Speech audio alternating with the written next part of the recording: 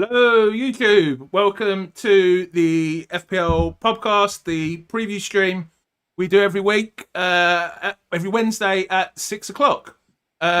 Joining me tonight to preview Game Week 10 is, first of all, returning to the channel by much demand. I think it's been a month or so, hasn't it, Linn, since you were last on? Linn, how are you doing? Yeah, I'm good, thanks. Yeah, good. Yeah. And joining us for the first time, well, it's actually the second time on the channel, but the first time on the podcast is Abdul, better known probably by his X handle FPL Salah. How you doing, Abdul, mate? Good to have you on. Yeah, I'm good, Gary. Thanks for having me on. How are you? Yeah, not too bad, mate. Not too bad. I've had a good game week, so it's always nicer to do these when you've had a good game week. And of course, my co-host Trig. How you doing, Trig? Yeah, good. Looking forward to this one. Yeah, should be a good one. So what we're going to do in this one, the usual stuff, we're going to go for our teams from last game week. We're going to talk about a few different talking points. Trig wants to pick up on something he discussed in his video the other day about essentially big at the back. We're going to talk a bit about Man United assets, Crystal Palace assets, Liverpool assets. Have a look at the fixtures for Game Week 10 and what we think about them, and then we will go over our teams and any transfer plans for Game Week 10 itself. But before we do any of that, I'll say a quick hello to people in the chat. Hi to Hippie, Rob Taff, Podner, our moderator, hello mate, Easy Paul, Claire FPL, Chris Woodstock, Smith, who he's from Smith's in Singapore. FPL Nightmare, obviously one of our usual co-hosts. Colm, FPL Double Pivot, hello mate. Animations, and Lynn's in the chat as well. You've not been in the chat before, Linn. That always shocks me when the guest. And Stringjoy. Okay, so before we start, just a couple of admin type things. Whoops. So as always, the podcast that we do on a Wednesday, any money we get from super chats or ad revenue, we're giving to charity this season. Two charities specifically, Mind UK, who obviously do a lot of work with mental health and psychological issues in the UK, and Street Child United, who do a lot of great work with homeless kids around the world. Yep, please do like the stream to help get it out there, and subscribe if you are new around here. So I've put the teams in order of how we did, and the highest ranked of us this game week didn't have a great game week, and that's Linn. So Linn, I'll quickly read through for anyone listening on audio, and then I'll ask you to give us your thoughts. So Linn is on only 36 points this game week, but she is still got a great rank, not quite as good as when she was last on, of 90k. So Lynn's team is Dubravka 2, Timbo 6, Chalobah 1, Senesi 5, Calafiori 6, Saka 3, Semenyo 3, Enzo 2, Haaland blanking, of course, with 4, Captain, João Pedro 2, and Voltemada 2. Linn, I'm assuming you weren't happy with this game week? No, obviously not. Could have had a much better game week, but yeah. I guess it was about time. I had a bad game week, so it's fair enough. Did you forget to make your transfers? Because I noticed someone copied me in to something on X saying, Linn, have you... I think it's because you played Dubravka over Pope. But then we were talking about it the other night, and we were like, maybe that was a conscious decision. Yeah, I figured I had good chance of getting some saves. I didn't think either one would keep a clean sheet, so I was going for saves. Yeah. How many transfers you got? How much money in the bank? 3 transfers, and I think I had 0.7 or something in the bank. Okay. All right, so you saved up quite a bit then. Abdul, Linn said she's going to rip into your team, so I'll hand over to you here and let you... Linn and Abdul are old friends, by the way. Let you give your opinion on Lynn's team. Well, I said I can't say much because a lot of players are same as mine. Same goalkeepers as well. I think we've got about maybe only 3 or 4 different players, but yeah, I mean, she's probably copying me this season. That's it. That's why she's doing well. What's your rank? How have I been copying you? Come on. Good point. I'm only joking, obviously, but yeah, it's a good team, and I think this is. I think I don't know who I think the main player she's missing obviously was Gabriel, who a lot of people had. I think a lot of guys who had Rodon. Quite a lot of the FPL Twitter had Rodon. I think that's the two main players that's missing from a team, which has given it a pure game week. But look, I would take 90k at this point in the season. That's game week 10. That's a fantastic rank to be at. Yeah, definitely. Trig, what do you think of? We're going to get onto Gabriel in a while, but what do you think of? We've got a bit of a different pairing here. Lynn's got of Timber and Calafiori. Do you think that would be enough to carry Linn from an Arsenal defensive perspective for the next few weeks? Oh, I'm sure it will. I mean, Timber's probably due some more attacking returns, isn't he? I don't know how Calafiori hasn't had any of the last few weeks, because he's been probably our best defender, hasn't he? And gets forward. Yeah, I mean, it looks a very good team. It's a lot more template than the last time we were on, Linn. All those Liverpool players have gone. Any reason for that, Linn? I mean, being more template. Well, actually, when I was wildcarding, I chose to just not go on Twitter or X at all and not get any input from anyone else.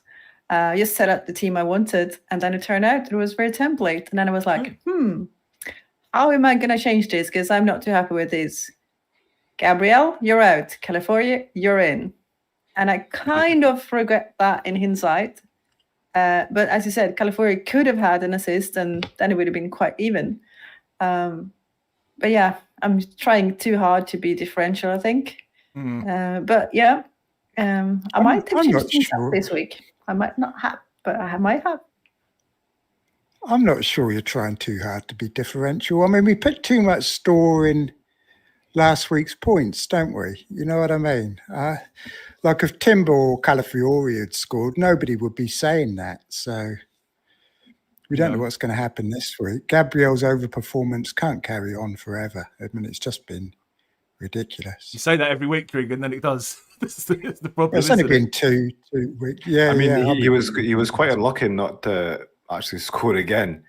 I mean, he just every game he looks like scoring. I mean, I kind of do agree with Trig. He's not going to get a double-digit haul every week, right? But he's pretty much like at the moment getting a big chance every game.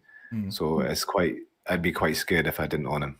Yeah, I'll be talking about that later when I'm talking about the changes to the game, because things have certainly moved in his favour, haven't they? So yeah, definitely. Okay, we'll go on to your team, Trig. So not that much better, to be honest. 40 points. You're up to 1.5 million now. So you do have that magical defender. So Sanchez at 1, Virgil 3, Nessie 5, Rodon. Is it Rodon or Rondon? I always say it wrong. Rodon, isn't it? Rodon. No N. Ndai 2, Saka 3, Reinders 1, Fernandez 4, again Highland captain before, and Pedro and Gyökeres with 2 apiece. So you're still on Roll City, aren't you, Trig? Well, I have been. I mean, I've rolled the last 3 weeks, and they're just not returning. I mean, forget about the players I don't own, but the ones that I actually own have just been doing nothing. Absolutely nothing. I mean, Rodon is the only one who's probably the least likely, I thought, to get any points. But the rest of them just not doing anything. João Pedro's shocking. Gyökeres, Reinders, they're all problems. So I'm going to be using my transfers this week, I think. All of them? Yeah, I think so. Three at least. Right. After what? Sorry, Trig. I was going to say, what do you guys... I'll come both of you. What did you think of the whole cartel thing going on again this weekend with what was it? I think it was Stack. Was it Stack wasn't going to be starting, and then Rodon starting. What did you think of that? I mean, it was a massive differentiator, wasn't it, this week, Abdul? Like, basically, if you had Rodon or not was the differentiator between the red and green arrow. Yeah, I think honestly, this cartel stuff is a bit overblown, right? I mean, I don't think there's any doubt about Rodon. I think obviously Stack, a few content creators and a lot of guys on FPL Twitter had him, but the tweet that came out was public. I mean, I saw the account that tweeted it. Yeah. I can't remember the name of the person now, but I think it was something like maybe 9 minutes before deadline. It was on Twitter. and then it was kind of shared in a few Discord groups as well, like like kind of public Discord groups. So a lot of people did get it before the deadline. I don't think it. I mean, it wasn't, as far as I know, something that was like secretly shared amongst WhatsApp groups or anything like that. It was public, and I did keep a note of the guy's account who shared that news actually. So because he might come in handy in the future. Yeah, Linn. I don't think it made much difference, did it? Because everyone was going to bench Stack anyway, weren't they? And Rodon was always going to start. Yeah. Linn, we have a guy called Matty who keeps coming on and trying to get Trig to take a hit for Virgil van Dijk. I mean, we're going to talk about Liverpool as a whole later on, but what's your thoughts on Virgil van Dijk specifically? I don't think he's a bad player to have. I definitely wouldn't take a hit to get him out. Liverpool seem to get him up and ready to go for the headers whenever there is a corner or late in the game to get a winner. So I don't think he's far off getting a goal or two either. So I definitely wouldn't take him out for a hit. He's probably the best Liverpool defender to own. Has he had an attacking return in the Premier League? No. But he scored twice in the Champions League, which is obviously annoying for owners, but he's not scored in the league yet. And they've got fantastic fixtures coming up. I mean, it would be silly to take him out now. If I was going to take him out, I would have done it 3 or 4 weeks ago. But now, no way. He's staying. Yeah. I think it's tough for the Van Dijk owners because you're right. They've got great fixtures coming up, but like he's 6 million, and you're wondering, okay, good fixtures coming up. Are they going to react to those fixtures, or are they going to carry on being poor? But yeah, I would probably be looking to keep Virgil van Dijk if I had him as well, like quite begrudgingly, but I think you got to keep him. Yeah, I'm quite happy to keep him. Okay, let's move on to next, which is Abdul's team. So Abdul on 51 points, 1.3 million in the world, and his team is Pope with 3, Rodon with 13, Senesi 5, Timber 6, Gabriel 9, Enzo 2, Semenyo 3. I can see what you mean about you and Lynn's team being very similar. Reinders 1, Saka 3, Haaland captain again 4, and João Pedro 2. How you feel? Did you feel about this week and just your start to the season in general, Abdul? I think it's not been a terrible start, but it's not been a great start either. I mean, I was much worse ranked last season, so I think after game week 10 being around the million mark is okay. I think. So I wildcarded a few weeks ago. I think I've gone up about 500k places since then. So I think the wildcard's gone okay. This week was just about. I mean, it was just Rodon and Gabriel who basically kind of papered over the cracks, but everyone else did pretty poorly. And I do have some issues in there, as you can see, with Anderson is injured, Reinders his days are numbered, and obviously João Pedro, he doesn't want to take a shot. So yeah, there's a few issues there, but generally I think it's gone okay since the wild card in game week 8. Yeah. Do you think all the teams are getting a bit too template, Linn, in general? Obviously yours are quite similar, but to be honest, it's not that much. It's quite similar to what mine was before I wildcarded last week as well. Yeah, well, I don't love the template, but I can understand that it's there for a reason, because there simply are the best players to have known at the moment. What I think is, like, you can still play around fairly well with captaincy and maybe have 1 or 2 players that are a bit more differential, so to speak. But yeah, it's also like, how far down are you? Like, if you're sitting at 1 million, you can definitely go template like Abdul. Or if you're sitting down at 3 or 4 million, take a chance. Do something fun. Have you used, how many kits have you used, Abdul? So I've used Bench Boost and Triple Captain and now the Wild Card. So I've still got the free hit left.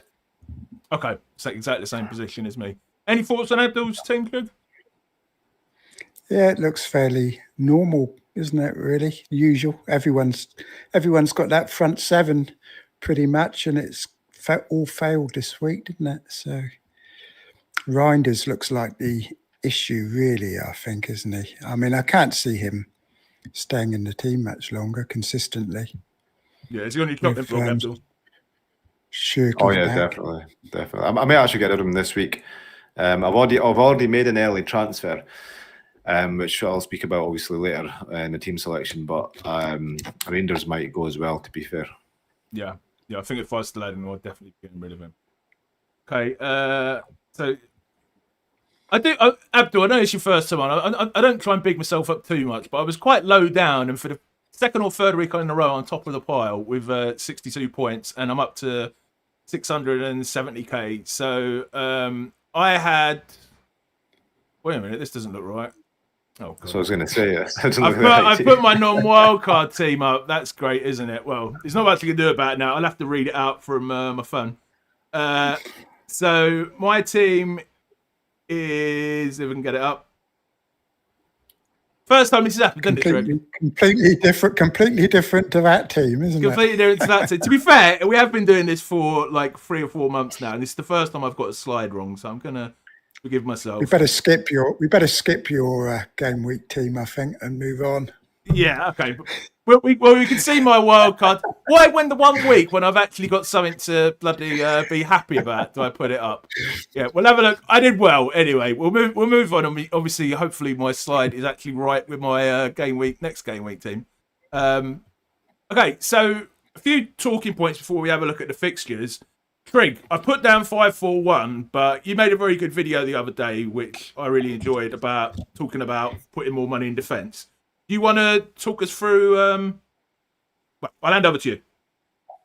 Yeah, it's basically about how the game has changed, and it was probably about game week 3 or 4, wasn't it, when people were talking about moving to 5 at the back, based on DEFCONs, and defenders had done well, but most of us didn't do it because it was a pretty small sample size. But what's become clear since then, it's not only our game that's changed, it's the actual Premier League that's changed. You know, there's been a massive shift to a more direct style of play. You know, there's more goal kicks, more corners, even throw-ins now are being targeted for set-piece attacking returns. They've all hired super-duper coaches for set pieces and everything. And I saw a graphic the other day, but it's not only in the Premier League, all the top leagues in Europe have all got more goals this season from corners than in previous seasons. And something fundamental has changed. Even today,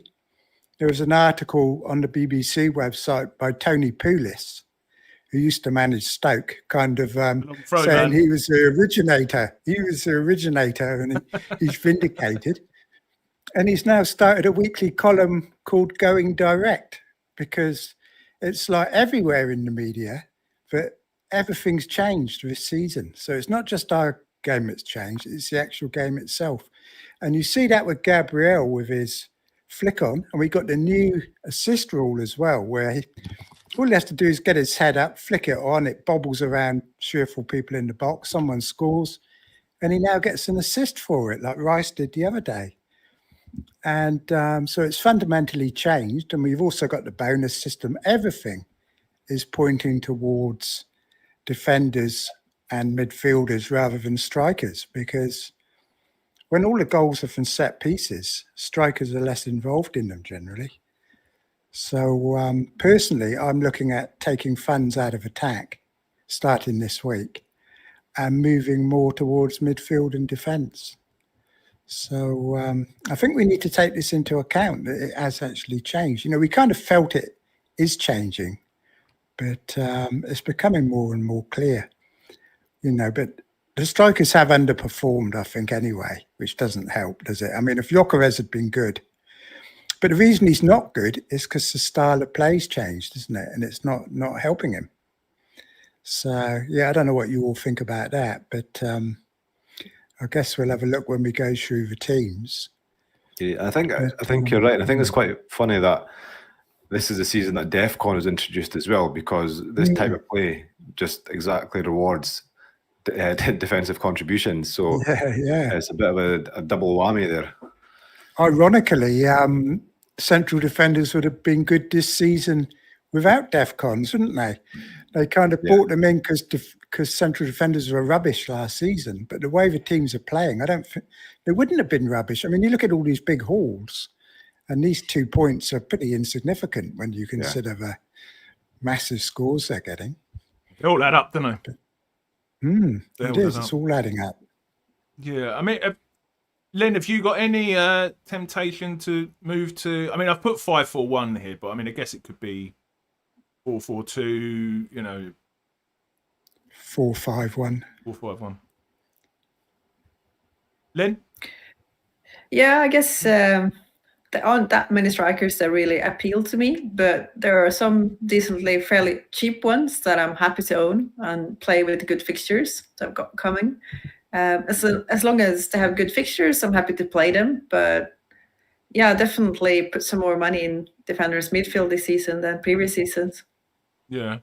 I mean, the one thing you did bring up in your video, Trig, specifically about the 5-4-1 is it is a bit risky, isn't it? If you go for like 2 non-starting strikers and you get an injury. I mean, I guess it forces you into a transfer, basically, doesn't it? But you don't reckon that's enough to put you off?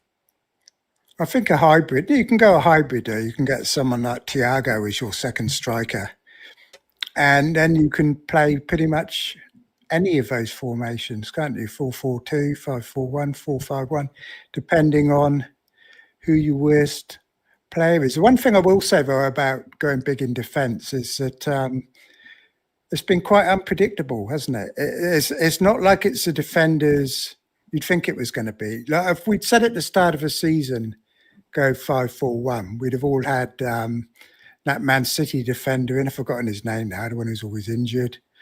We'd have probably had Frimpong and all those type of players, Cucurella.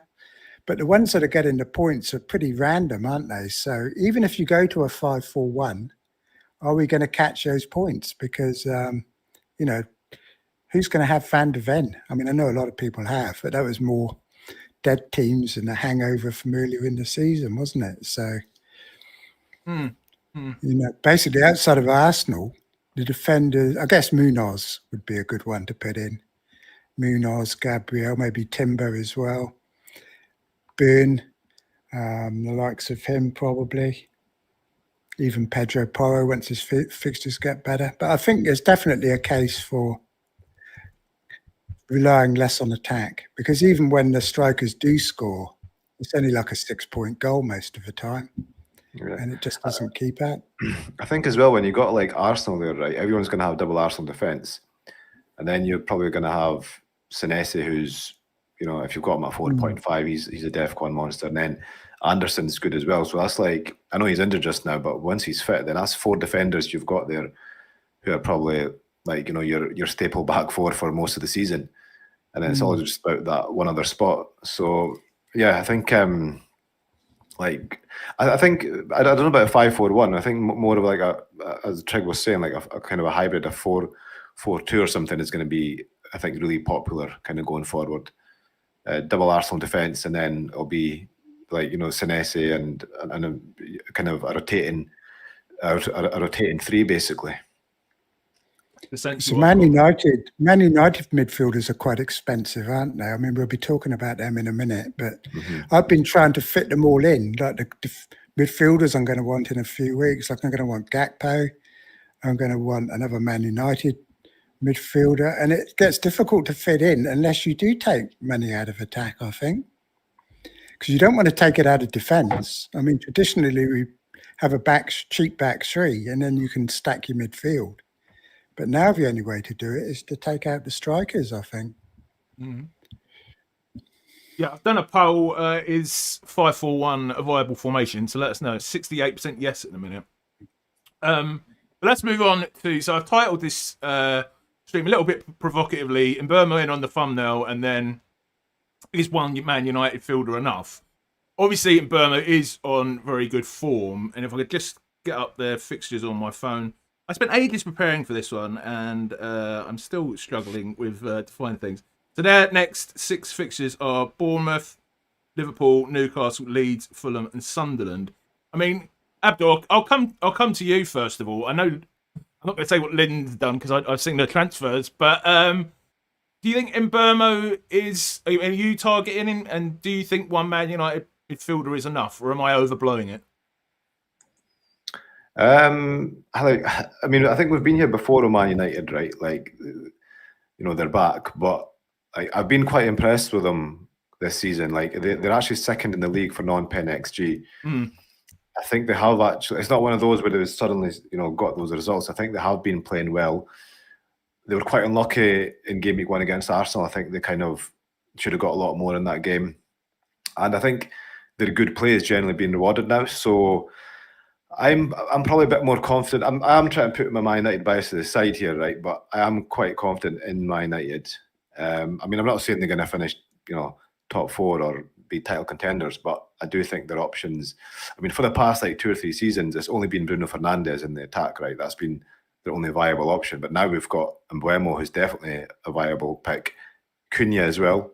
I think those 3 are definitely the guys to go for. I think finally now we've got players there who can be alternatives to Bruno, because Mbeumo and Cunha are cheaper. And Mbeumo's got the higher goal threat. I mean, Bruno's always going to be the safe option, right? Because he's got the minutes, he's got the penalties, he's got the set pieces, and he can get DEFCON as well. But Mbeumo's got the much higher goal threat, and he's cheaper. So yeah, I mean, I think if you're on a wild card this week, I mean, I think you probably might go for 2 Man United midfielders. Do you think Mbeumo's on penalties, or do you reckon Fernandes is keeping him? No, I think there was a quote from Amarim saying that Bruno Fernandes is going to be on penalties until he feels confident, to not take them. So for me, I think, Bruno is on penalties. Of course, we only got 100% know until the next one's taken, but I'd be pretty confident that he's going to take the next penalty, and he's going to carry on being on penalties. He's too big a player. He's been there that long. He's the captain. I don't see him losing penalties. I mean, I guess if he misses the next one, then it's up in the air again. But yeah, next one's definitely, I think Bruno will take it. Lynn, obviously I've seen your team, and I know you may have bought Mbeumo in already, but any temptation to add to him with a Cunha or a Fernandes? No, I'm very happy with just one player, the one who's most consistent out of the United players. And he seems to be, so I'm happy with just one of them. Yeah. Trig, any thoughts, mate? Yeah, I'm quite happy with Fernandes. I mean, I have been looking at getting another one in at some stage. The fact they haven't got Europe is a big plus, isn't it? So I'm not sure. I mean, Cunha could be decent as well. I mean, who's to say which one will score the more in the net going forward? But that was the first time, apparently, when United has scored 4 goals that Bruno had no attacking returns. That's never happened before. But he was pretty good. I mean, he could have easily been the highest scorer this week, couldn't he? I mean, he was very unlucky not to get a lot more points. Yeah, it was, it was funny because this was actually the game where he actually, provided the most goal threat this whole season. I think he had some I watched the kind of extended highlights. He had 2 really good chances. He was in the box a lot more than he usually is.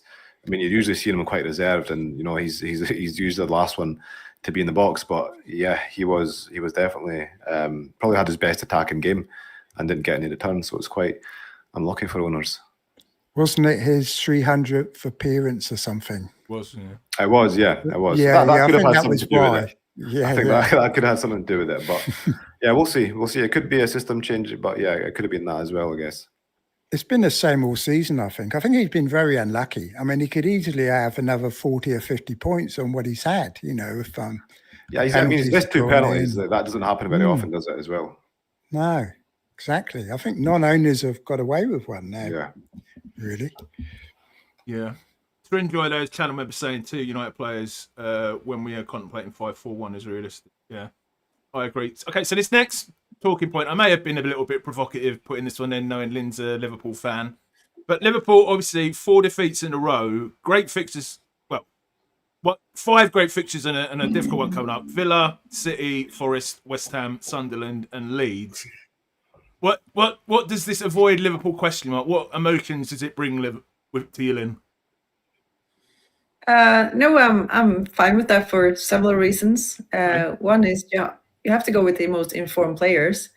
and you have to go with the teams that actually seem to work together well. And Liverpool have a lot of new players, and it's going to take a bit of time to get everything right and get it up and going, get the engine going again. But yeah, with those fixtures, there are some players that definitely will keep an eye on and see if I might get in. Gakpo being one of them. Van Dijk is another one. Greg was saying that in the chat. I'll assume you'll be getting Gakpo in soon. I would say in Liverpool as well, though, the last 3 games, they've actually hit over 2 XG. So they have looked a lot better in attack, although defensively they are a bit, still frail. But like Forest is a good game. I mean, City is always, like with Liverpool City, there's always goals in that game. But then from game week 12, their fixtures kind of really pick up. So I also wouldn't be surprised if we're all back on Liverpool players from game week 12 once they play City. They have looked a lot better in attack in the last few games. Who would you be going for, Abdul? Good question. I still think Salah's obviously the best option, right? But it's hard to get to him, right? He's 14. I think he's dropped a few, but he's still about 14.3 million. Gakpo, I was a bit more confident in Gakpo in the last few games, but I think against Brentford he came off early, did he not? I think it was like the 65th minute or something. So he is always kind of prone to being subbed early, right? Whereas Salah is the main guy, but as I said, Gakpo's only sort of 7.6 mil. So I guess in attack, right, it's the only guys you're looking at right now are Salah and Gakpo. And then if I was to go for a defender, it would be Van Dijk, because even with I think with Liverpool, it's very likely they're going to get worse. I think they are with the fixtures, especially coming up in the next 7-8 games. I think they will improve. By how much, I don't know. But Van Dijk is, he's only behind Senesi for DEFCONs. He's got the second most defensive contributions. Yeah, he's got the second most defensive contributions in the game behind Senesi. So once he starts keeping clean sheets, then he's going to be a monster pick. And, again, from game week 12, I'm actually eyeing up Van Dijk to bring him in my team. I'm kind of glad I've not got him now, because it gives me 2 games to kind of, I guess assess the situation. But I've definitely got my eye on him from game week 12. What do you think of Slabozafly?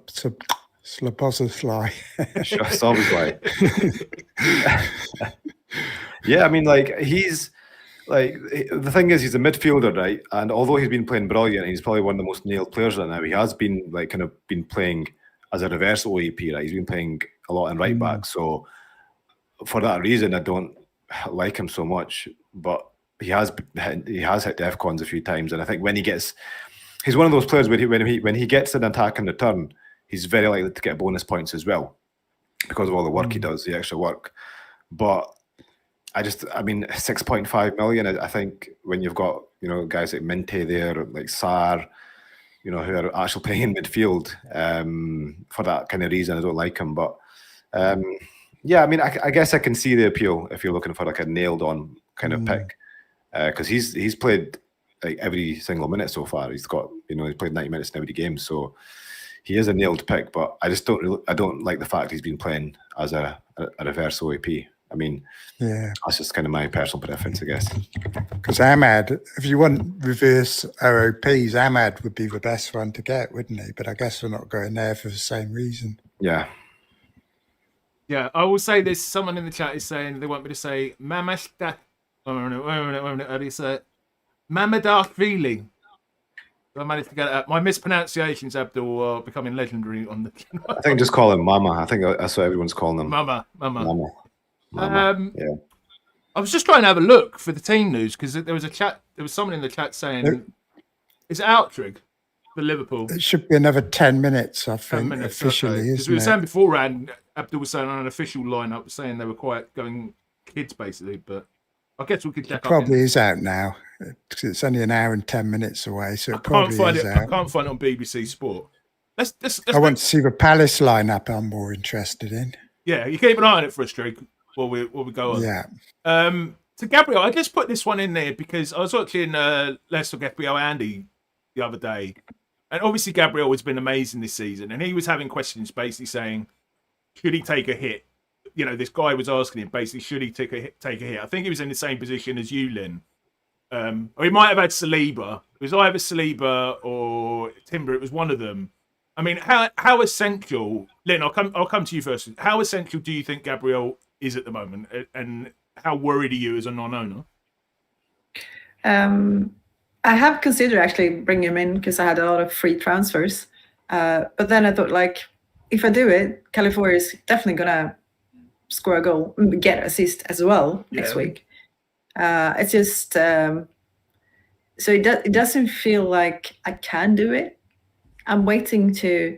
It's like the sunk cost fallacy. I'm waiting for the return of California now. I need it. I can't go Gabriel, and I definitely wouldn't get him for a hit. But if you don't own 2 Arsenal defenders, I would definitely find a way to bring him in, and he would definitely be my number 1 pick out of the Arsenal defense. I think these next 2 games, you're on the better ones because it's going to be more about goals. I think from open play, probably against Burnley. So you've got more chance, I think, this week. It's not going to be one of those 1-0 games where Gabriel hoovers up the 3 bonus points. So having said that, I'm still getting him this week. But we got some lineups to see that Abdul puts on in the chat, which no one's ever used before. But Mateta's bench, and the he's not, is he? Yeah, Liverpool starting lineup is there's names and I'm not going to pronounce. Woodman, Gomez, Endo, Kirkes, McAllister, Chiesa, Robertson, Nioni, Ramsey, Morrison, and Ungo Muma or something like that. Wow! It's pretty. They've both played a rotated lineup, haven't they? So no one's put the Crystal Palace lineup in. Can you see it, Abdul? Yeah, so they've got Benitez, Munoz, Canva, Lacroix, Gehi, Sosa, Kamada, Hughes, Sarr, Pino, and Nketiah. So I guess it's a more rotated lineup from Liverpool, but you know, Mateta. It's only actually really Mateta and the goalkeeper, actually, isn't it? Really. Yeah, Sarr would be a bit of a worry for you. Yeah, he is. Yeah, but that has implications on blank game week 17, though, doesn't it? Because if Palace win, then the odds of a blank game week 17 increase a lot, don't they? Do you think that coaches talk to one another beforehand? So look, we're going to put a C team in. Do you want to put a B team in as well? And it shows how much they undervalue this cup, really, doesn't it? I mean, yeah. I don't even keep up with the cup. Is it still like the way? I mean, you know, I shouldn't speak too much out of turn because Newcastle won it last year. I'm a Newcastle fan, but it does seem to be that most teams, unless they get to like the semi-final or the final, rest players and go with kids a lot of the time, doesn't it?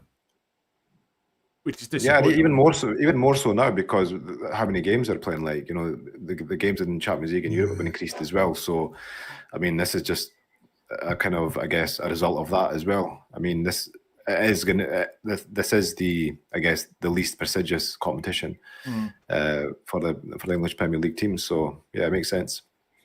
Yeah, Arsenal, great to put their lineup: Kepa, White, Cape, Mosquera, Lewis Skelly, Moreno, Norgard, Nawani, you say it, Eze, Dowman, and someone I've never even heard of, Harrian.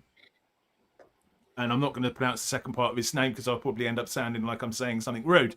So it looks like everyone's just resting, doesn't it? Rest. Yeah. It's disappointing. It's disappointing, I think. I mean, I was looking forward to these games tonight. Now I'm not even going to bother watching them. I might watch a Palace one, but no, it's a bit disappointing. I mean, Arsenal-Brighton could have been a good game, couldn't it? Yeah. I mean, let's move on to the last talking point. I mean, we're talking about Crystal Palace anyway. I mean, they've got very good fixtures coming up. I won't read over them again because I think everyone knows that by now. Abdul, who would you... I mean, I'm a bit annoyed because I've got, what's his name, Richards, who's now a doubt for the weekend. Who would be your top 3 Palace assets? I mean, I guess we've got to go Mateta now. He's been rested, haven't we?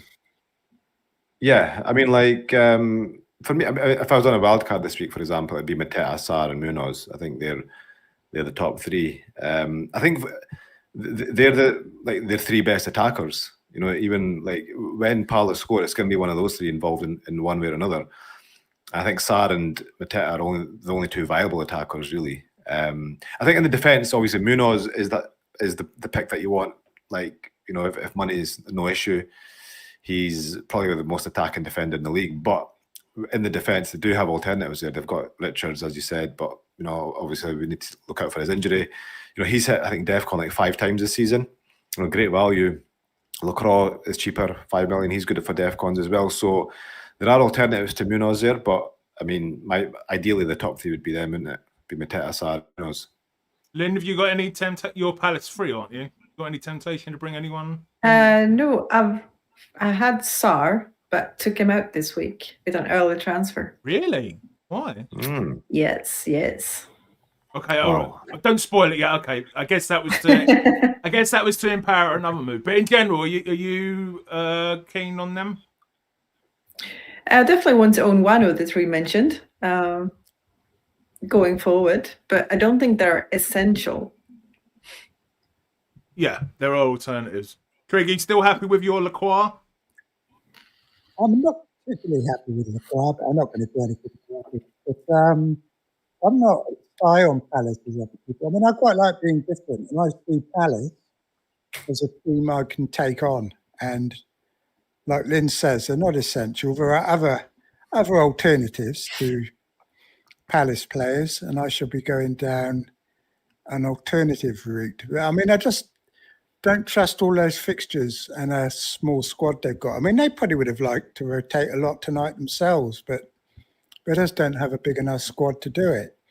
And like Sarr's got a bad injury record, and he's never had to play this many games in such a short time. So it's only a matter of time before Sarr gets injured. Mateta's good, but I'm going to have a bit of fun. I'm going to take money out of attack, really. I mean, I know Mateta's good, but he's not going to get a hat-trick every week. Or saying that, he probably will. But, yeah, I just don't see them as being essential. Yeah, I think the amount of games they play and their thin squad is a worry. And that is a worry for me as well. But, I mean, I think it's going to probably catch up to them eventually. But, yeah, I just do like their fixtures, especially for the next 5. All the shows are putting up all their huge XG, but most of it came from that Bournemouth match, didn't it? It was all from the one game. And they have been playing well, though. But, yeah, it's interesting. Although some of their European games are pretty easy, I think, where they won't have to exert themselves too much. But it's more of a travel and the fact they're on a Thursday night, isn't it? Let's move on to the fixtures. It's another week with no early kickoff. Assuming I've got the right fixtures up and not the wrong ones again. So just go through these. I was saying to Abdul before we start, I usually just ask one person their opinion. Brighton versus Leeds. Nick, I'll come to you with that one, mate. What do you reckon? Brighton Leeds. I think I'll go 2-0 for Brighton for this one. I fancy Brighton to win this. Yeah. And as we see when we look at my transfers later, you see why. But yeah, they've been playing pretty well. I was quite impressed with Brighton. I watched that game they played last week, and they looked quite lively, weren't they? But Leeds are pretty good as well. But away from home, you'd have to fancy Brighton for that one. Yeah. The next one on the list is, I mean, we'll get on to captains in a while, but, you know, Burnley versus Arsenal. Lynn, do you want to take that one? How much damage do you reckon Arsenal can do here? I'm hoping on quite a lot. And a clean sheet. And a clean sheet, yeah. It's California and Timber's time to shine. Yeah. Prediction? No. 4-1. Because I own 2 defenders, they're not going to keep a clean sheet. Abdul, Crystal Palace, Brentford. I mean, we've got to have a bit more confidence that they're going to, or even more confidence after the benchings tonight, haven't we? Yeah, but they haven't rotated too much, but obviously I think they probably will take off. Well, I'm hoping they take off the likes of Sarr and etc. quite early. Let's see what happens. But I think, yeah, this is a tough game of call because both teams have been good. Brentford have been good, but they haven't been great in defence. It's been more of their attack. So I'd probably go with 2-1 Crystal Palace here. Okay. Fulham Wolves, I'll do this one. I mean, does anyone really care? We haven't really got any FPL assets in this, have we? Before you start, Gary, they've put in a reserve side tonight, so even Wolves have rotated. Oh, really? Okay. I'll go 1-1. I'll go 1-1. Abdul, I'll come to you because you're the United supporter up against Forest. With I'm having trouble. Who's their new manager now? Sean Dyche. Sean Dyche, yeah, another new manager. How do you reckon they'll get on here? Yeah, I think it's still early days with Sean Dyche, right? So I think he's going to take time to get these guys playing the way he wants. I think when he does, they probably will become a decent defensive side, but it is still early. So I think United will score a couple here. I'll go 2-0 United. I think, Forest. I don't know if Chris Wood's still injured, but Igor Jesus started the last game. They don't look too good up front. I think Sean Dyche will do what Sean Dyche does, right? He's gonna try and stifle the attack and probably go for a smash and grab. So yeah, I'll go 2-0 United. Clay just put the Chelsea lineup in here. Jorgensen, Gusto, Akpong, Tosin, Hato, Lavia, Santos, your favourite player, Trig, how do you say it? Esteval, Buonetti, Kittens, and George. I've never even heard of half of them, Trig. You should. That's because you don't watch football. Let's have a look. Great team. Trig, I'll come to you, Spurs, Chelsea. How do you reckon you're going to get on? Oh, it's going to be difficult. I think this game's going to suit Chelsea better. And I've been saving all my transfers and having to get out João Pedro. And as a Chelsea supporter, I really hate the fact I have to take out João Pedro. It's going to make it very difficult for me to enjoy watching this match, especially when I don't own Enzo. And they're going to get more space, I think, against Tottenham. They're very poor against a low block, Chelsea. And it's a difficult game, though, isn't it? I can see this ending in a draw. I don't think anyone keeps a clean sheet. But hopefully João Pedro doesn't score. But I've got a lot of concern that he might, just when I take him out.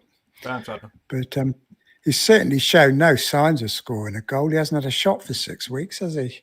But you never know. But yeah, difficult game. I think both sides have rotated tonight.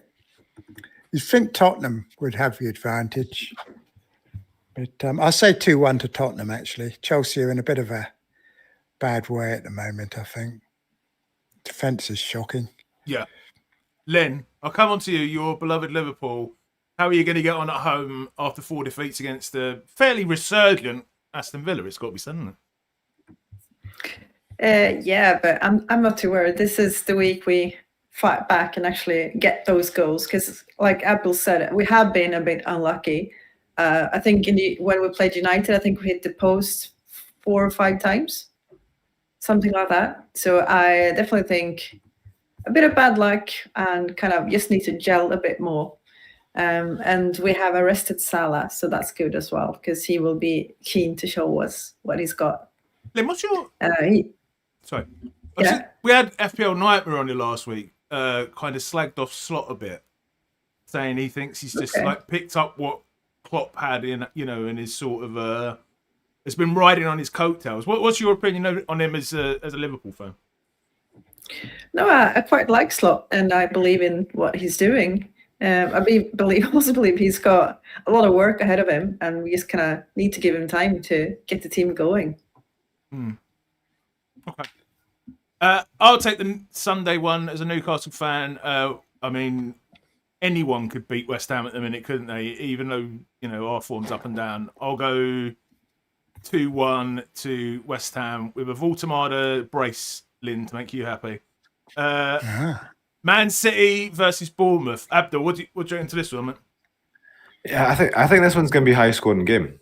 Because City, they're quite similar to last season, right? They're not the defence of previous seasons. Bournemouth are a good side, so I'll go with 2-2 here. I think Bournemouth are good in transition. They've got a lot of pace on the break, and I think Rodri was back in training, but I don't think he'll probably be fit to start yet. So probably have Rangers back in the 6. So obviously he's not nowhere near as good as Rodri in that position. So yeah, I can see goals in this one. So I'll go 2-2. Greg, do you want to? Hopefully it's an essay brace. That would be nice, wouldn't it? That would be nice. Greg, do you want to wrap this up with Monday night game, Sunderland versus Everton? Yeah. First of all, I don't think Reinders are playing the 6, will he? It'll be Gonzalez probably, won't it? Because it pretty much failed that experiment, didn't it, last week with playing Reinders back there? Possibly, yeah. But even Gonzalez is nowhere near Roddy's level, so I think they will struggle in that game against Bournemouth. Sunderland, Everton. I can see. I'll go for a draw here. I think I'll go for a 1 each. I don't think Everton will beat them at Sunderland at home, but I'll say 1 each. It could be a win to Sunderland. Doing a lot better than people expected, aren't they, Sunderland? They're a good team. Begrudgingly. Okay, all right. So these are the predicted odds from Rob T. I'll just read through the top 4 scorers and top 4 predicted clean sheets. So Arsenal, Man City, Liverpool, and Newcastle in that order predicted to score the most goals. Clean sheets: Arsenal, Fulham, Newcastle, Man City. Best chance of keeping a clean sheet in that order. What I usually do here, as I was saying to you guys beforehand, I can't remember, Linn, if we did this last time you were on, is I ask for 3 players from each person if you were on a free hit, rather than putting a free hit draft together. But you can't have what the person before said, if that makes sense. So Abdul, you're our new guest. I'll let you take the first 3, mate. Yeah, I think you've got to go for a double Arsenal defence. So I'd go for Gabriel and Timber, and then it's boring, but you've got to say Haaland, right? He's going to be, again, Bournemouth at home. He's in the form of his life. He was unlucky not to score actually last week against Villa. Had a few chances 1-on-1 and always had that close offside goal as well. So yeah, I'd go for Gabriel, Timber, Haaland. Linn? Yeah, that didn't make my choices easier because I wanted one of those or 2 of them at least. But I guess I'll have to go for Calafiori and just kind of believe in him. And other than that, I believe Salah is on the revenge train, so he will show up this time, score a couple of goals hopefully, and then Arsenal attack SA. Let's go with SA. Okay. Right. Do you reckon Salah is finished, Linn, or not finished, but as an FPL asset, or do you reckon he will possibly come back in at some point? Yeah, I definitely think he will come back in. Yeah. Yeah. Too much class to be done. No, it's also with Frimpong back as well. He can move forward a bit more, playing a bit more like he did with Trent. So I think that will be very good for Salah. Nick? I'll go with 2 Newcastle. I think I'll go with Dan Burn for a corner goal, and I'll go with Gordon. And the third one, I'll go with Roby for Fulham at home to Wolves. Not been left. Usually when I get to the end, I always leave myself to last. There's a few decent, but there's not many here. I'll go Minter, who's in my FPL team, and Mateta, to Brentford, and Munoz. I haven't had Munoz, did they? Okay, all right. Let's get on to our game week. 10 teams. I think all of you guys have made transfers apart from me, and hopefully I've actually got the correct team in for myself. So Linn, we'll start off with yourself. I'll just read out for the audio listeners. Popo away to West Ham, Timber and Calafiori both away to Burnley, Burn away to West Ham, Eze, Semenyo away to Man City, Enzo away to Spurs, and Burma away to Nottingham Forest. Haaland captain at home to Bournemouth, and then Mateta and Voltemade away to West Ham. So you've already made a transfer here, haven't you, Linn? Yes, I used all 3 of my transfers. Oh, wow. Okay. What were they? I did Saka to SA. Wow. And then yeah. Okay. And then I did Sar to Mbomo. Right. And I did João Pedro to Mateta.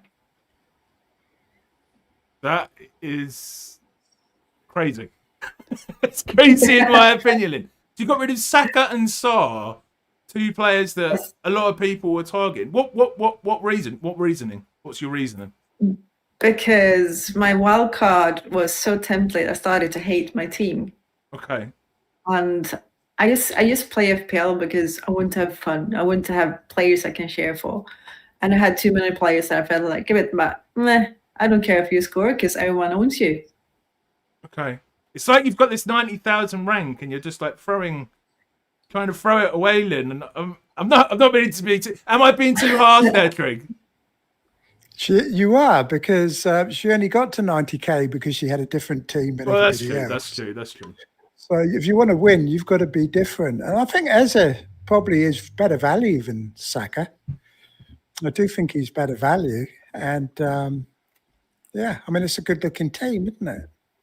I mean, it's very brave, I must say, because that chance of regret that you have always puts me off those sort of sideways moves. But I do think Eze is better value than Saka.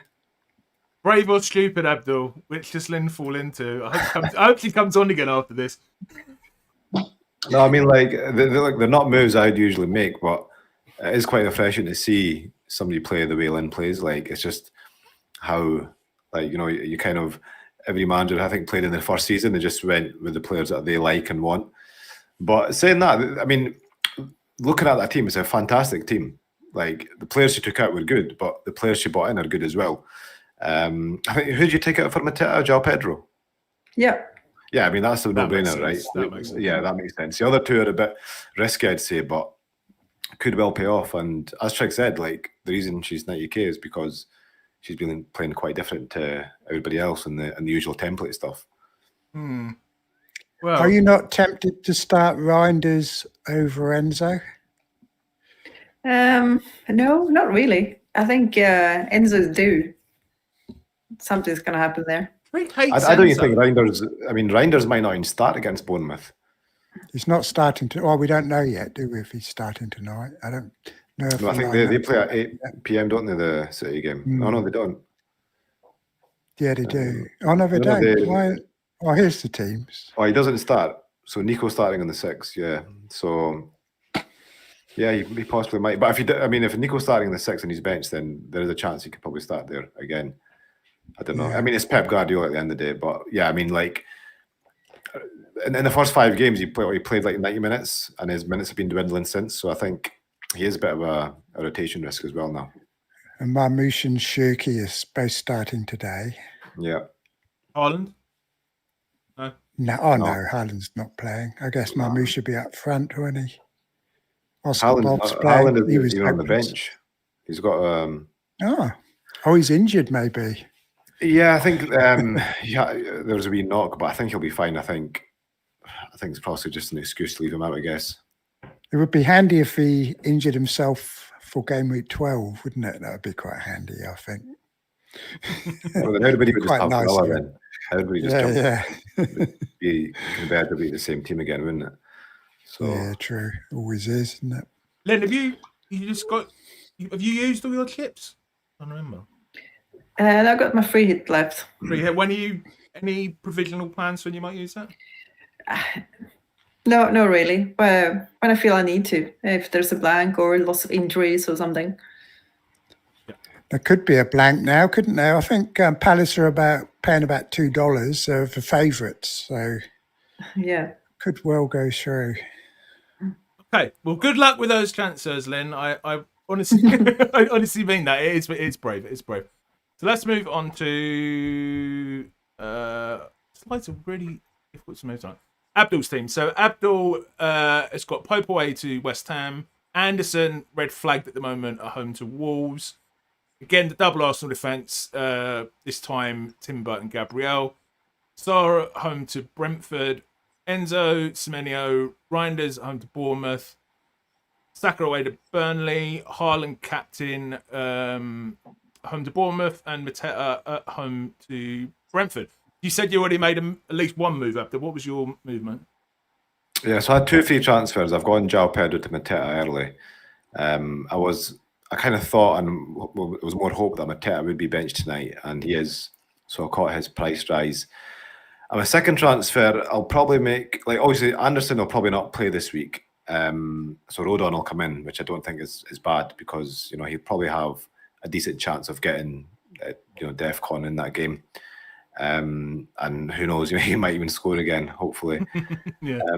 But my second transfer, I was thinking, like, if Anderson is out for, as we expect, like Marco Silva said, he should be back soon, then I'll keep Anderson and probably do Reinders to Minty. As I was saying before, I think his days are numbered. I think, you know, he's a bit of a rotation risk, and even when he does start, he's starting to get taken off early. And even when he was playing in the 6, he wasn't really good for DEFCON either, so he's not very useful just now. But if Anderson is out for longer than expected, like if Silva comes out and says, you know, he's going to be out for, you know, a good few months, then I might just do Anderson to Munoz. I've got enough in the bank for that. So let's see. Nice move. Any temptation, because I've got Saka and Haaland. Any temptation to put the captain on Saka? This is something I was going to put in the discussion points earlier. Or even could I tempt you with a Gabriel? Yeah, I mean, I'd say Gabriel is probably. I mean, it's always hard to captain and defender, but I mean, you'd say Gabriel is probably just as good as I just have a cup an after option that. as. Because I can't eat. Oh, no, I will have toast. I will have toast. Trig, you're not on mute. I was. No, you weren't. I pressed the mute. That's We weird. don't I think something toast. pressed the mute. So, what were your thoughts on toast, Trig? Toast, yeah, it makes a lot of noise when you eat it. That's the Excellent. problem, isn't it? That's quite a template breakfast there, Trig. Yeah, it is very Template. No, I was going to ask you, Rodon and Senesi with your bench order. Have you made your I mind think. up? I think Senesi probably will get DEFCON right, but I think City will probably score a few. I think Rodon's got more upside in that game personally, so I'll probably just go for Rodon first bench, and he's very likely to come on for Anderson. Yeah, but yeah, I mean, I guess if you think, I mean, City only scored 1, then he's got a 4.4 there in that game. Yeah, they haven't been great, have they? They're starting to look a bit like the Man City of last season, aren't they? Who did it the weekend against Villa. Yeah. And it was about this time last season where they did go off for Boyle and Haaland went off for Boyle. And he was kind of wandering around holding his back, and it was just very reminiscent of last season. And I'm kind of wondering whether we're going to see a reversal. You know, maybe Salah sparks to life. Haaland goes off for Boyle a bit. I mean, that's his first blank of the season. If we get 1 or 2 more, questions are going to be asked, aren't they? So it's quite interesting in a way. But, yeah, I don't think there's any guarantee that City scored 2 goals, although Bournemouth's defence was rubbish against Palace the other week, wasn't it? But obviously better this week. I think at the moment I've got Senesi ahead. Well, I haven't got Rodon anymore, so, yeah. I've been watching Linn. Come to think of it. Been watching Lynn's eyes and her calculating her. Usually, Abdul, when she's on, she will like dismantle any guest teams on. What are your thoughts, Linn, on Abdul's team? Are you going to demolish it? Well, it's difficult to do that since it's so similar to my own. And to be honest, seeing Abdul's team was probably the reason why he's like rage transferred Saka out. Well, fair point. And yeah, I mean, he's gonna get points, definitely. But can you actually celebrate the points when your team looks like this and everyone else will be celebrating the same points? I mean, like, I don't mind playing template like at the start of the season. I think, you know, when it comes to around about game week 20, I'm happy to stick with the pack. You know, when the double game weeks come around, I think that's when you start diverging a bit and, you know, making gains. I mean, I could have easily, like, you know, gone anti-template and be ranked about 5 million. I mean, I think in another world, you know, I think it's worked well for you, but it could have easily gone the opposite way. So, yeah, I mean, like, the last few seasons, I've had a tough start, and it's just annoying playing catch up. You know, for the whole season. So, yeah, I'm happy to play template just now. I've got a few differentials in there. I think Pope is a bit of a differential. I think even double Arsenal defence. I don't think many people have. Like a lot of people who wildcarded earlier haven't got Timber. They've got Raya and Gabriel. So he's quite a bit of a differential among, I guess, the FPL community. So let's see. And my transfer in this week, Minty, he's going to be a bit of a differential as well. So I think I've got. Are you taking out for him? Rangers? Rangers, yeah. Yeah. Spoil it, Abdul. I've already got him into. Yeah, well, you did good last week. You smashed it. I know. Maybe my actual team will my actual next game week team will actually be the correct one. But let's move on to Trig's. So Trig has made some transfers. Trig, I'm going to read it out and then I'm going to pop the powder in my nose while you talk through it. So Sanchez away to Spurs. You still got Sanchez. Van Dijk home to Aston Villa. Anderson again, obviously injured. Gabriel has made an appearance away to Burnley. Lacroix at home to Brentford. Ndiaye away to Sunderland. Saka away to Burnley. I don't think you're getting in that much of a differential, Abdul. Minter at home to Leeds.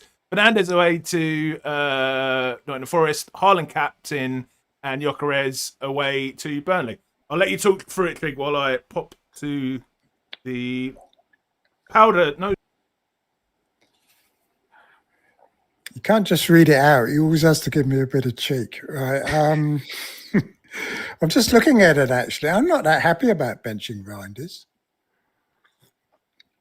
I haven't done any of these transfers yet, but the first one will be João Pedro to Gui.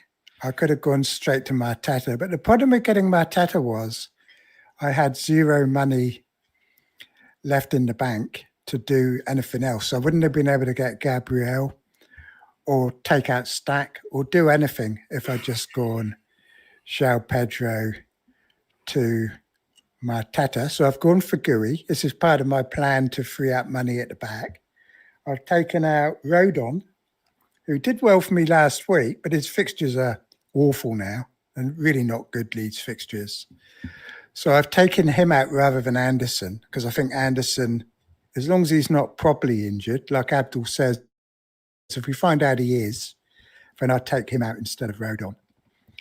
And can you guys hear me, by the way? Yeah. Oh, yeah. And my other transfer was Stack to Minter, but I don't have to do that one this week. Like, I'm thinking I could not do that one and play Reinders. I just got that sneaking feeling now that no, I'm going to do it. Minter at home to Leeds is got to be better, hasn't it, than Reinders? I mean, it's such a good entry point for Minty, and he's been playing 20 minutes, and Brighton's got good fixtures. So yeah, I agree with that. Yeah, and he's not going to AFCON, is he? So unlike what the Scoutcast said he was last night, but they said he was from Senegal and he was going to AFCON. I thought, what the hell? And but yeah, I mean, I've got a choice. I can either take out Stack for Minter and bench Reinders, or I can take out Reinders completely and just keep Stack on the bench, who's a bit cheaper. But I think on the off chance that Reinders does do well, people might want him still. Do you know what I mean? Whereas Stack, he's like, I can't see any world where I'm going to want to keep Stack. So, yeah, that's using all three of my free transfers with Senesi on the bench. So, yeah, I don't have that dilemma that you have now between Rodon and Senesi. So, maybe move Reinders up one on the bench. But the keeper, yeah, Sanchez has been rubbish. But they have got Wolves and Burnley coming up, haven't they? So I'll keep him for a few more weeks. But yeah, what do you think of this team? Is it looking okay? Good transfers or bad transfers? Lynn? I definitely think it's good getting rid of Stack because I think he's had his 5 minutes of FPL fame now, and it's time to move on. However, I do think Leeds are not as bad as we think. We keep like, oh, they're playing Leeds, we need to target them. But I don't actually think Leeds are that bad. However, I do think Minter is a good pick. So, yeah. Yeah, I think Stack's no longer an option. He's not even on set pieces or anything anymore. Well, he didn't even get in the team, did he, last week? And Yeah. Longstaff's taken all his set pieces, so he had to go. I mean, Rodon, you can argue, is good to keep because he's 4 million. I got him for 4 million. But if I don't take him out, I have to take Anderson out, who's also a good option, isn't he? Yeah, Or I'm just kind of. and I don't want to take Virgil out. Yeah, I think you're. I'm kind of trying to weigh up who's the bigger problem, like Stark or Rangers, right? Because as you said, like Longstaff's on set pieces now, and I think he had some injuries as well. That's why he was benched. I think he had like something wrong with his back, and he had a broken finger or something. So he has a wee bit of injury doubt. But he is only like, what is he 4.9 now? You think he's 5 million? 5 million he is. Yeah. Okay, you haven't made these yet, have you? These are your planned ones. Sorry, yeah, I'm catching up. Yeah. I wouldn't if I keep stacking, even if he's okay, I'm still not going to play him because Leeds fixtures are terrible. And the other thing is, it doesn't really matter which one I take out because in game week 12, I'm taking out Gyökeres and replacing him with either Thiago, Delap, or Creepy Jr. And I will be upgrading either Stack or Reinders, whichever one's left, will become Gakpo or Mbuemo or somebody like that. So, I mean, that's my plan. Game week 12 is when I make my next 2 transfers. So, yeah, it's all a transitioning away from strikers. I mean, even if Gyökeres gets loads of points in the next 2 weeks, he's still going in. He's actually a bit of a differential now, isn't he? Abdul was talking about differentials. I mean, I've got Gyökeres, who now has become a bit of a differential, hasn't he?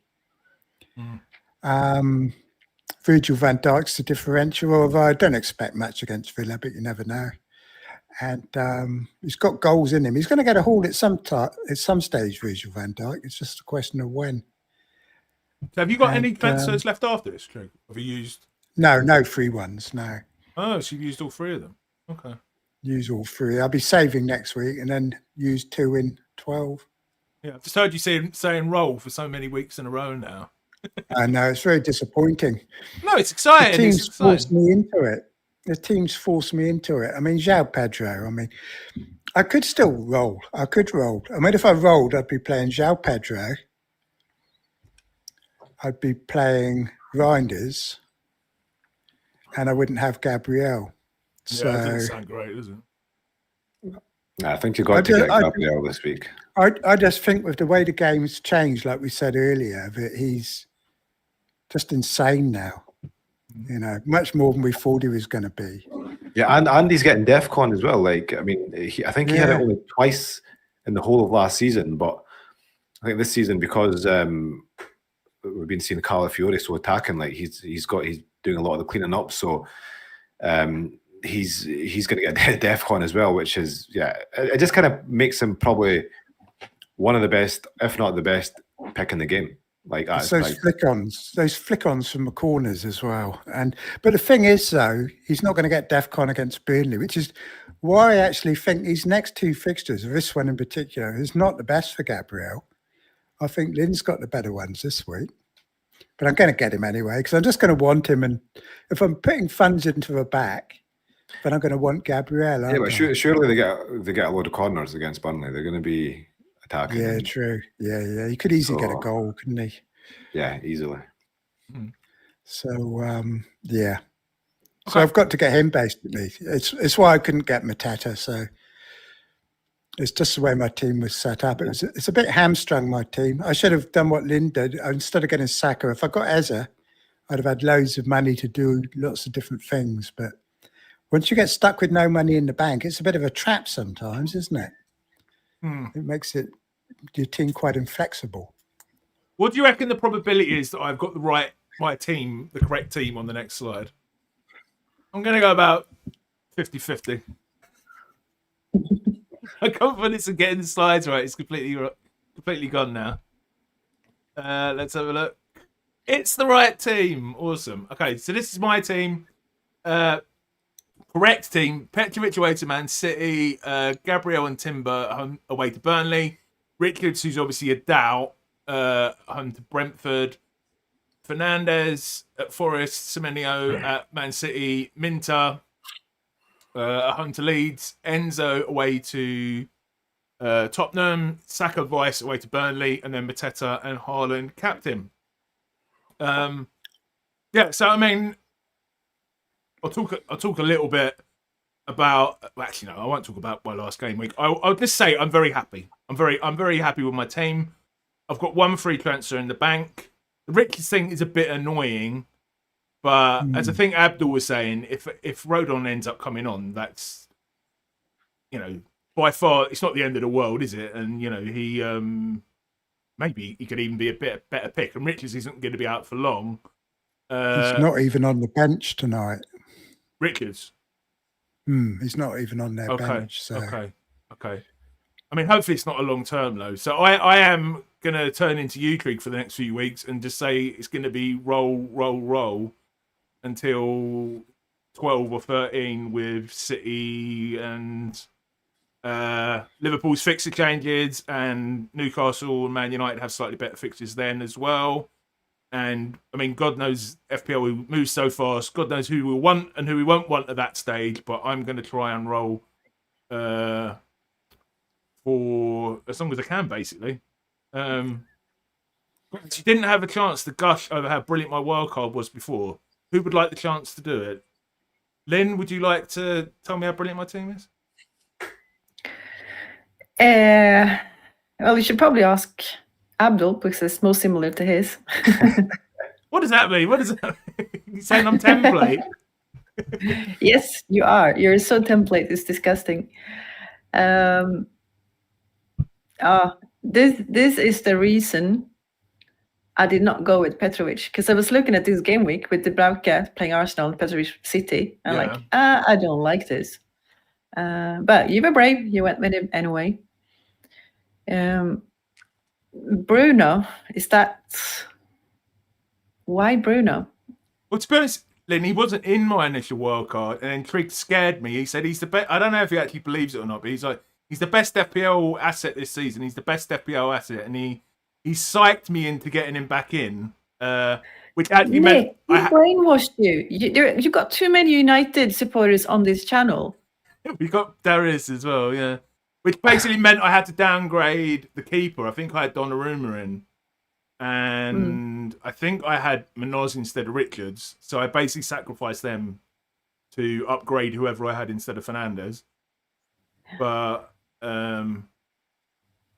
Gary, if you could change, would you change Bruno to Mbeumo or another player? Is Mbeumo's cheaper, isn't he? Yeah, he's about 0.7 cheaper now. 0.7 cheaper.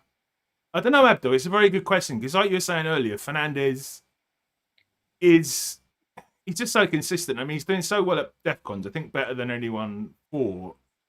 He has been unlucky. So, no, I don't think I would, but it is like, you know, it's 50-50. If it did change, I wouldn't be bothered. Would you change in my position? I wouldn't personally. No, I still go with Bruno. I just think he's. I kind of agree with Trig, actually, that he's one of the best assets in the game. He's just, you know, he's you know what you're getting with him: nailed penalties, occasional DEFCON, and judging by the last game, he's playing a lot more attacking as well. So, yeah, I think people are getting a bit. I mean, Mbeumo's a great option. I mentioned it earlier, but people are just getting a bit carried away with the brace, right? I said myself, him and Cunha are viable options now, but yeah, I still think I'd go Bruno. If Bruno hadn't missed those 2 penalties, that's an extra, what would it be, 14 points if you take off the -2 and add the penalties.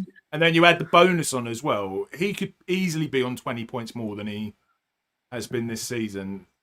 Lynn, you're looking at it. I don't think Lynn enjoyed that. No, Lynn. No, it's like saying if Liverpool hadn't hit the post 4 times, we would have won against United. But they had the chance. You had the chance. That's the point. Yes, Liverpool had a chance as well. So I don't believe in like if this happened or this happened. FPL is part luck, and that's why you can go with players like Essie instead of Saka and still win at it, because Saka is the better option, is the better player. But it's FPL, so what we believe is going to happen is not going to happen. And it's the same with Bruno. I mean, yeah, he is United's best player without a doubt. But who's more consistent? Who's getting all the chances? It's not Bruno. It's Mbeumo. Mm. Yeah, I deserve a shot back after I ripped apart your channel. Yeah, but to come back at that, but we try and put ourselves in the position where, obviously, in a given game week we don't have luck, but I know more often than not he's going to come out. You see what I mean? So at least he's in the position to be getting that run of the luck in the first place, which Mbeumo, if something changes, won't necessarily have, which I think Fernandes will continue to have. But yeah, but then there's also the money. It costs a lot more, and if you had 0.7 to invest elsewhere, could you improve your team a lot more? I'd go Richards to someone else, maybe. I mean, I don't think I'd be able to afford that because I've only got 0.2 in the bank. But I could go to like Acquire or something, maybe. But I do have a question because we all seem to be on Enzo, and rumor is Palmer is close to recovering and started training and stuff. What's your plan? Are you keeping him long term, or is he just like for these good fixtures and then? Well, Trig doesn't really like him because Trig's a Chelsea fan. He doesn't like the pick. I mean, everyone was like massive on him the week before last, weren't they? But yeah, I don't know. I mean, I could easily go to Ndiaye. What's your thoughts on Enzo, Trig? I mean, people only went for him because he was top of review. Let's be honest, but He was doing well in review, yeah. he has got good fixtures, but Chelsea are a very difficult team to predict. And look, even Esteval could be in the 10. We got Delap coming back this week, and I don't know if Delap takes penalties. Does Delap take penalties? There's no way Delap's taking a penalty over Enzo. No chance. I mean, look, Enzo's a great option. Like that's why people went with him, right? He's nailed. Well, He's on penalties. He's got the minutes. He had 3 shots against the last game week as well, even playing a bit deeper. He's always coming into the box. I think my plan, I think a lot of other people's plans, well, I can speak for myself here, that the next, like the 4 fixtures look really good, right? Like last week. And then they've got Wolves and Burnley coming up. And then after that, he can go, because then his fixtures, like they play Arsenal away, they play Bournemouth away. I think he's a good short-term option, and then you can just move him on to the Man United midfielder, which is my plan. So I think he's a good option for the 5 games that people bought him in for. Yeah, and the fixes he are was amazing. good in the second half. He did look better in the second half the other day. First half, he was pretty hopeless. But, yeah, I think it was just you basically I did the opposite of Chelsea in general against Sunderland. So I think they will do better in the. Spurs is a tough game, but then Wolves and Burnley, a lot better. Yeah, give him a warning, Matt. He's Hodner, our moderator, saying I follow FPL review, which I do as long-term channel followers of the channel will know. I do take it on board, but I do not follow it. Left, right, and centre, Pudner. So yeah, warn him, Matty. Warn him. The problem is that's the games we could see a lot of rotation in those games for Chelsea. So I don't know. I guess Enzo is a good pick. I think I'd rather have Minter than Enzo out of the 2 there. I guess having both is pretty good, isn't it? Or Sar's a better pick as well, I think, than Enzo probably. Yeah. So my plan. I'm in the minority with that, aren't I? So yeah. So my plan is to roll and just see what happens, and hope.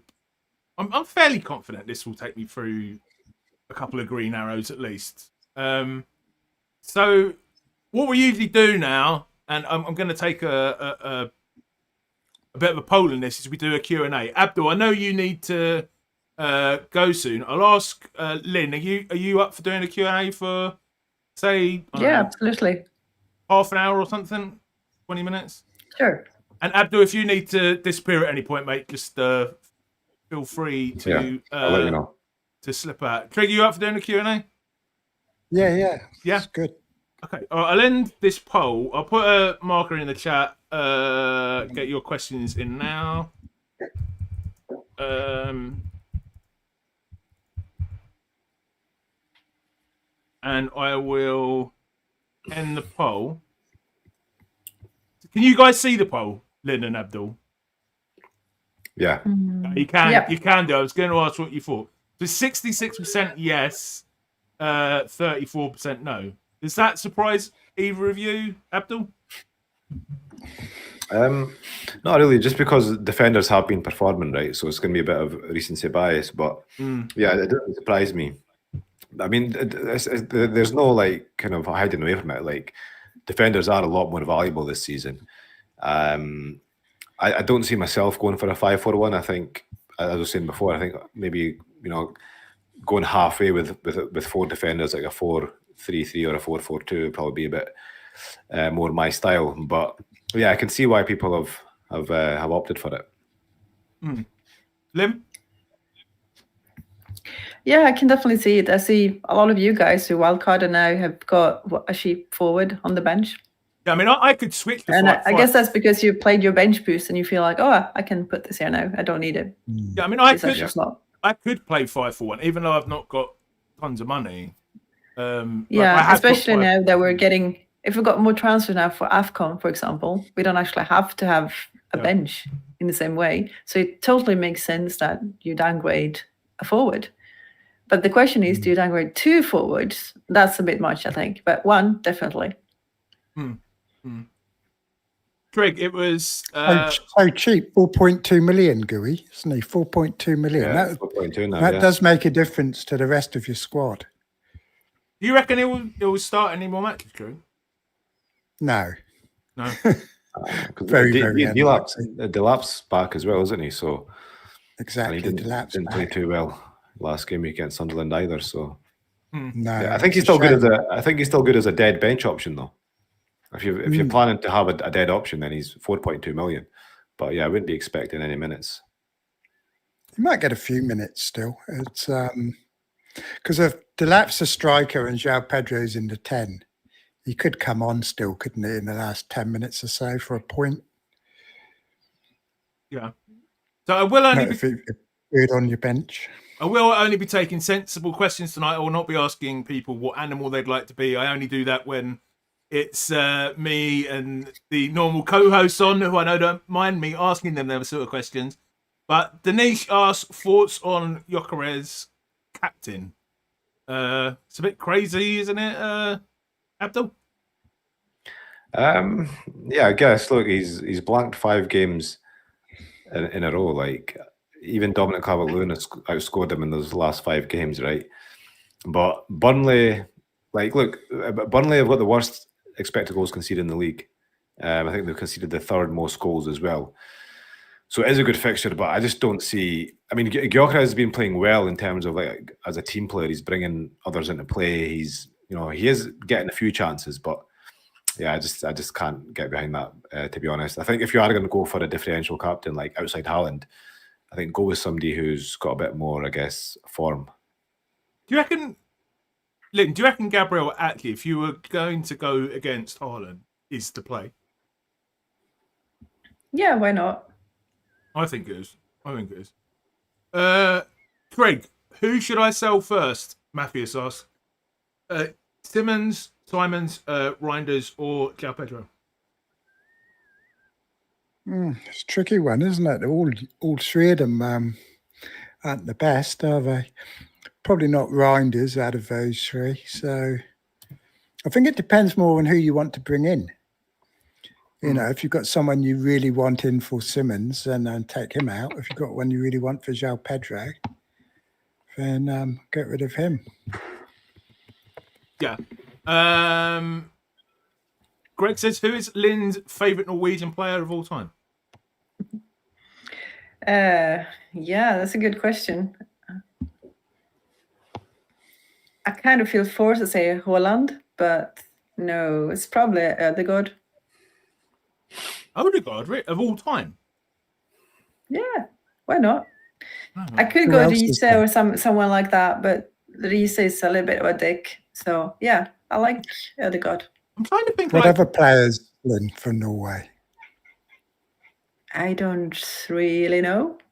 I haven't can't think paid of much it. attention to Norwegian players. Linn Swedish, is she not? I'm both actually. Born in Norway, grew up in Sweden. Who's your favourite I'll check. Swedish player of all time? Well, a bit more twist. Zlatan. It's just obvious, isn't it?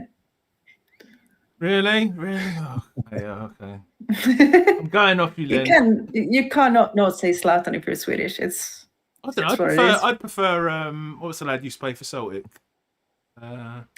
Larsen. Larsen, yeah, I'd prefer him. Not such an egotist. Thank you, Larsen. Yeah, he's not bad, but he's no Zlatan. Easy Paul is saying, should we be captaining the defender most week as Haaland's recent form surely can't continue? What do you reckon, Abdul? I agree that his form won't continue at the level it is, but I don't think we can. I mean, there's other options. There's other attackers there, right? I mean, the only defender I see right now worthy of captaining is Gabriel. And I think if you are going to go there, then he's the one to do it. But yeah, I just I don't think I've ever captained the defender ever. No, actually, I have actually. I remember captaining Larsen, the Villa defender. I think he's Swedish as well, isn't he, Ellen? Yep. In a double game week. That was like back Didn't in the early days. triple captain Duffy?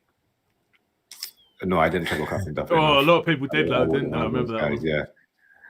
But yeah, I mean, look, I don't think the DEFCON inclusion merits captaining defenders more, but I do think Gabriel is worth a shout. Yeah, I do, especially this week. Amazing Johnny. Generally, though, it's been hard to predict which defenders are going to get points, isn't it? And like Haaland, you can pretty much say he's get points. But other than Gabriel, there aren't really any other defenders that you'd even consider, because look at all the hauls they've been getting. They've come out of left field, haven't they? Nobody would have predicted Rodon or Van der Ven or Senesi, all those players that have got massive hauls. Ballard was the top scorer in game week 1 as well. Sunderland defender. So yeah. It's been quite random, yeah. Yeah, very random. Yeah, Matt's pointing out that. I think a lot of people will captain Gabriel. I don't know why I bother getting Gabriel, because even if he does well, I'm still going to lose. Like, I'm still going to lose out to Linn and all these people with 2 Arsenal defenders. Then the Gabriel captain is pretty better off not getting him and hiding behind the couch. Matt is saying to everyone, please do like and subscribe if you're new around here. Please do that. Who is your favourite cricketer, Trig? Adafamia is asking. Sorry if I butchered your name. That's as bad as asking about animals. I don't know. You're not sure. I'll say Ian Botham. That's how long ago that was. CSS says, should we buy Slobberslayer? His problem that not the Liverpool player I would go Gakpo, no doubt. Okay. He's quite a bit cheap. He's a bit of if an you don't have the isn't he? funds, if you just need someone cheap who might get some DEFCON or might get some returns, then Szoboszlai is not a bad option. Does he have much? Just not. Does he have much attacking like XG for? Yeah, he does. He does go forward quite a bit, so he will get returns. Okay. Did you not consider Ricelin instead of Eza? Who? Rice instead of bringing Eza in. I did consider it. I like the way Eze plays, and I believe he'll get returns. And for that price, I'm happy to have him in my team. They're all good, aren't they? That's the trouble. Yeah. I'm saying Could have five of them in our teams if we could, wouldn't we? The legend who is calm is saying, I'm playing my 2 Palace defenders and benching Senesi, which I don't like. Who would you bench out of Reece James and Van Dijk? Abdul? Reece James for sure. I mean, I think Van Dijk had a decent fixture this week. More chance of getting DEFCON. I know Reece James has got a lot of attacking threat and he's been playing really well. He's fit. I think he's played 90 minutes in the last 4 or 5 games, so he's looking a lot better. But yeah, I'd still play Van Dijk this week for sure. Apparently Villa are a very good team to get DEFCONs against. People that play Villa always get a high amount of DEFCONs. So you'd think Virgil van Dijk will get them this week. Yeah, I'd say so. Yeah, and Villa will probably play long as well. So, and then you can just see Van Dijk just hoovering up those DEFCONs for sure. Do you think that's why DEFCON defenders have been getting a lot more this season than they have in previous seasons? That they didn't take that into account because the actual game's changed. Yeah, I think that's the main reason. And the long throws as well, like, every long throw's going in, like when it gets headed away, it's one of the centre backs. So definitely a big factor in that is the. So I wonder if they're going to rethink it next season then, because they wouldn't have planned that when they were working out the new scoring system. No, exactly. I think they will rethink it. I think even without this kind of change in style, not many people were happy with it, if you know what I mean. I think it was one of those where people just thought, I agree, because I think the way FPL was before the season was totally fine. I don't think they had to add any DEFCONs or any other rule changes. The assist changes are fine, right? Because it's just like, how you get an assist, right? And that's okay. But yeah, I think the DEFCON was just wasn't needed. I thought most people seemed to be in favour of them, though, when they ran the polls, that most people seemed to like them. But, I don't know. I thought it was the opposite, but maybe I'm wrong. But I do think they'll probably will rethink it next season. The implication, the way it's done isn't the best, is it? It's like they need to do something to compensate the strikers if they're going to have them, and they need to do more for the rest of the players as well, don't they? Yeah, because I think they introduced them to try and broaden the pool of players, right? But it's not done that. If anything, it's made like the defense definitely more template, because everyone's got Senesi and Anderson because they're the two best at DEFCON, and like one of the 4 million guys like Rodon or Alderete, one of these guys. So it's not really done what they achieved to do, in my opinion. So I do think they'll rethink it, and I hope they do. Me and Trig have been saying, I don't like them. We've been saying if you were going to do it, they should have done the opposite of what they've done with the midfielders and defenders. So defenders should have to get more DEFCONs to get points, and midfielders less, because it automatically sort of comes, if you're a defender, that you're going to get those sort of engagements. You know what I mean? You're going to clear the ball or whatever. Yeah, but then with attackers and midfielders get points, like for goals and assists, like there's more chance of getting them. So I think that's what they tried to do, was get more points for defenders, I guess, and defensive midfielders, right? But it's not. I don't think it's kind of worked out how they anticipated. No, not many defensive midfielders are getting them, are they? They're like getting stuck on 11, and the only ones that are is like only 1 or 2 of them, so everyone gets the same ones. So yeah, exactly. So it's not broadened the player pool at all. No.